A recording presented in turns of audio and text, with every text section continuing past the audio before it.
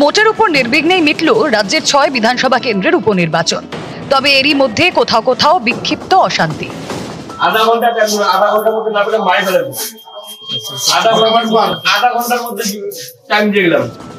বুধবার ভোট হলো রাজ্যের ৫ জেলার ৬ বিধানসভা কেন্দ্রে। ২১ বিধানসভা ভোটের এই ৬ আসনের মধ্যে ৫টিতেই জয়ী হয় তৃণমূল। একমাত্র আলিপুরদুয়ারের মাদারিহাটে জেতে বিজেপি। এই মাদারিহাটেও এবার তেমন বড় কোনো গোলমালের ঘটনা ঘটেনি। তবে ভোটের দিন সকালে গরম হয়ে ওঠে মজনাই চা বাগান এলাকা। এদিন চা বাগানের একটি বুথে যান বিজেপি প্রার্থী রাহুল লোহার। বিজেপি প্রার্থী পৌঁছতেই তাকে ঘিরে বিক্ষোভ দেখাতে শুরু করেন স্থানীয়রা।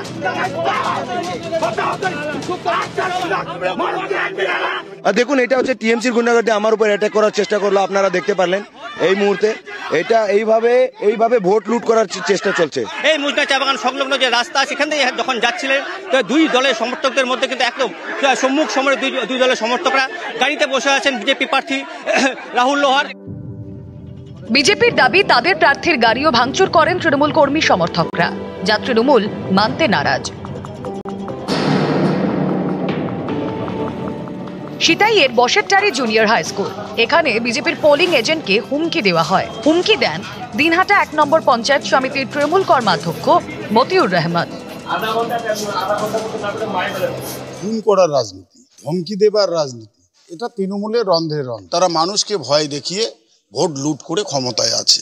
বুথে ঢুকতে দিতে বাধা, স্বাভাবিক কারণে বহু মানুষ এজেন্ট দিতে পারেনি। আমরা সিতাইয়ের এই বুথেই কেন্দ্রীয় বাহিনীর বিরুদ্ধে অতি সক্রিয়তার অভিযোগ ওঠে।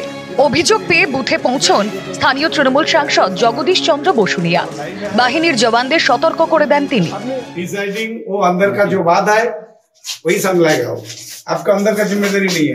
आप लाइन में रहो, जैन इलेक्शन नहीं, आप क्या सोच रहे हैं? वही है ओपोनेंट, फिर भी समझना आना चाहिए सब।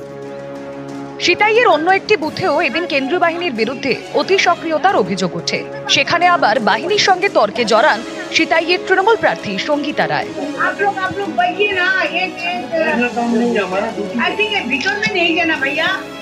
ভোটের দিন গরম হয়ে ওঠে কোচবিহারের সিতাইয়ে আরও একটি বুথ।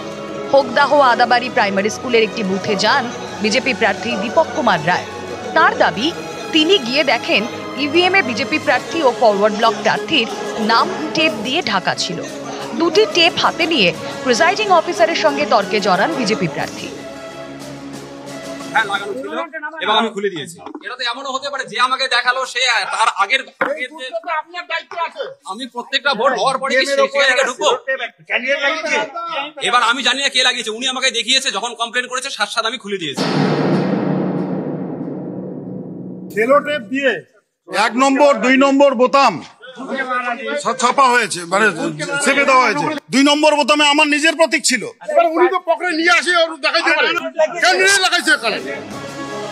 এরপরে সিতাইয়ের আরও একটি বুথে একই ধরনের অভিযোগ তোলেন পদ্ম প্রার্থী। দাবি করেন ইভিএমে কাগজ দিয়ে ঢাকা ছিল বিজেপি ও কংগ্রেস প্রার্থীর নাম।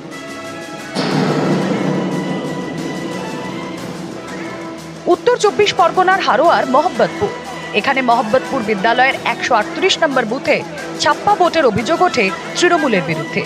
নালিশ পেয়ে বুথে যান আইএসএফ প্রার্থী পিয়ারুল ইসলাম। তখন তাকে ঘিরে ধরে বিক্ষোভ দেখান তৃণমূলের কর্মী সমর্থকরা।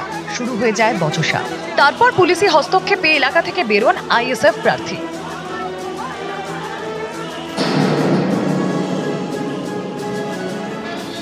হারোয়ার সদরপুরে আবার তৃণমূল এজেন্টের সঙ্গে বচসায় জড়ান বিজেপি প্রার্থী বিমল দাস।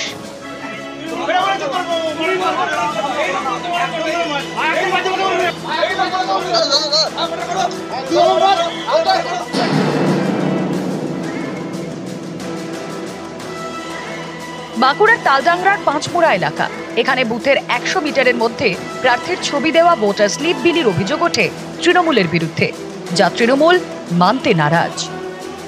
নিউজ 18 বাংলা।